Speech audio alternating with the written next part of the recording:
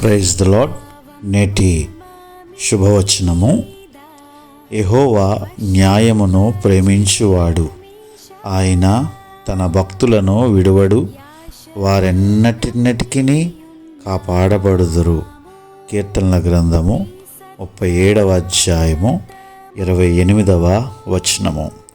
ప్రియ దేవుని బిడ్డలారా, దేవుడు నీతిని న్యాయమును ప్రేమించేటువంటి దేవుడు. ఆయన ఎవరైతే న్యాయముగా నడుచుకుంటారో, ఎవరైతే నీతిని యథార్థతను వదలక జీవిస్తారో, వారి పక్షమున ఎల్లవేళలా నిలవబడేటువంటి దేవుడు.